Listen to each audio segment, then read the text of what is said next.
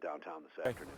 Check that out. Jimmy Flay makes really good beer cheese soup at Big Boar Barbecue. Hey, Mike, how are you? Hey, George, how are you, buddy? A pleasure talking to you. Thank you for having me on. Hey, thanks very much for starting summer off. Mike Peterson, my producer, and I this morning were just talking about grilling year-round. In Wisconsin, it is not as popular because of snow, but there are some of us who understand the benefits of a grill, even in the winter. So you're talking to some of us that really enjoy being out there doing some grilling. What makes a good griller? You know what? You got to have the right recipes to get going with good grilling, and you have to have the right grill too. And I'm going to talk a little bit about that. And we get started because summer is officially here, and for me, nothing says backyard barbecue like making a Tex-Mex dog. And for me, I love using Nathan's All Beef Premium Franks. So over 100 years, they've perfected that iconic flavor, and now you can actually get Nathan's at your local grocery store. And what I do is I pair it up with these heat and serve toppers, and they have different pouches which have things like chili and cheese inside of it. And what I do is I top it on top of the Nathan's, and then I put some sliced jalapenos, and you get a nice spicy combination. So spice is a very important element for the summer. So let's talk about grills for a second there. This is so important, and it's very important that everybody understands you need a grill that is going to last you for a very long time and that is quality. And what I do is I use Vision Grill's large Kamado. And do you know what a Kamado style grill is? I don't. So it's imagine like a giant ceramic grill, so to speak.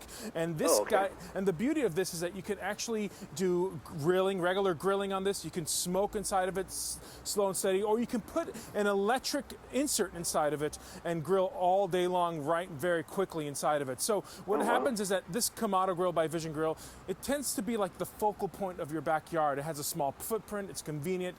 It has a very long life, and it really makes the best grills for all your needs. And with that gas insert, what you can do is you just kind of put in the gas insert in there like a regular gas barbecue. You enjoy, Monday through Friday, make the quick hamburgers and hot dogs for the kids, or you can take it out and use charcoal inside, and you can go low and slow and cook things like ribs or pork shoulders on the weekends. It's easy grilling, easy smoking. All you do is you season your meat, set your temperature, come back, and you have great food. It really kind of holds that temperature in very nicely inside for hours and hours.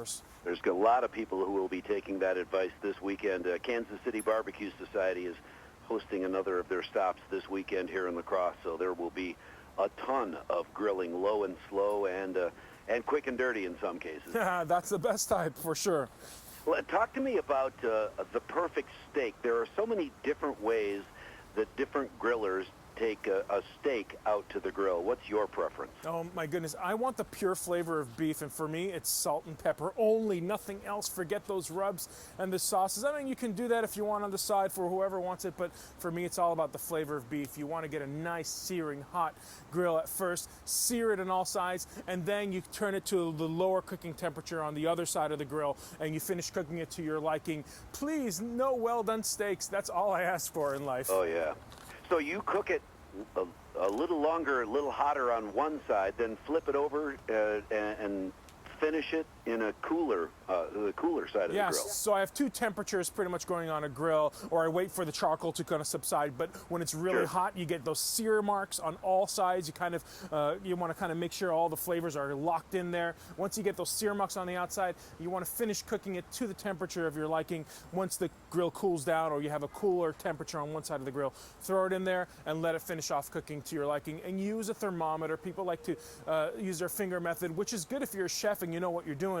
But I tell everybody, get a nice instant read thermometer, invest in a good one, and you can really tell the exact temperature inside the steak, so that steak is perfect, because you spend a lot of money on that steak. You want it to be perfect.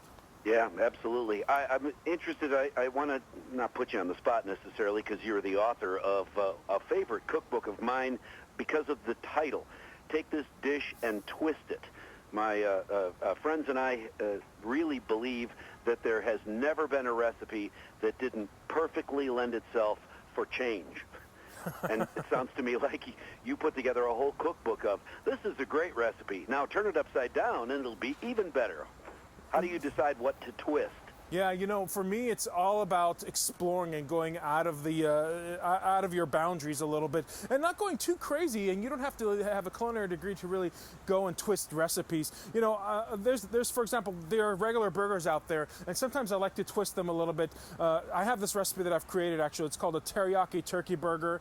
It comes with grilled onions and grilled pineapples, and it's honestly it's a cure for the sandwich rut. So it's a combination of grilled pineapples and onions, and it brings a whole new flavor to the turkey itself. And the bun does also, and I like to use cobblestone bread, by the way. They have these restaurant style sesame twist buns.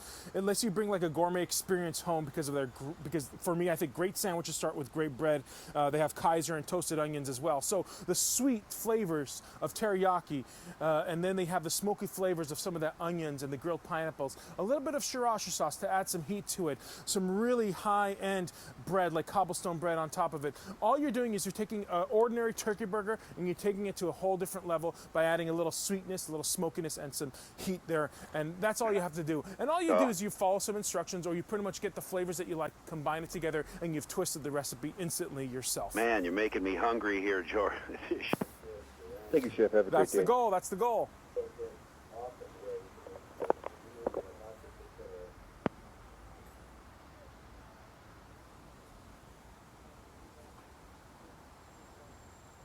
Did we lose you?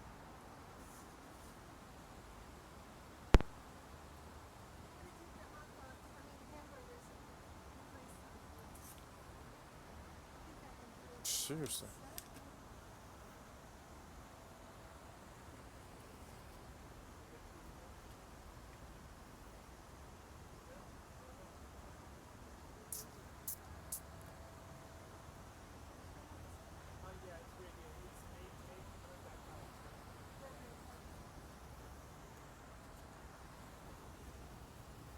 We figured that out. Excuse me? We figured that out. Yeah. This thing. Oh, right. Okay. We pulled it down. We chilled it. Okay, good. But how much longer are you going to chill it? It's coming. Yeah. Why don't you just use, what do they use? Crisco and No, she did all kinds of stuff. gelatin and all that stuff. She got some, what they, fake thing. It's all fake. Yeah, of course. But the Vitamix warmed everything up. Ah, of course it does.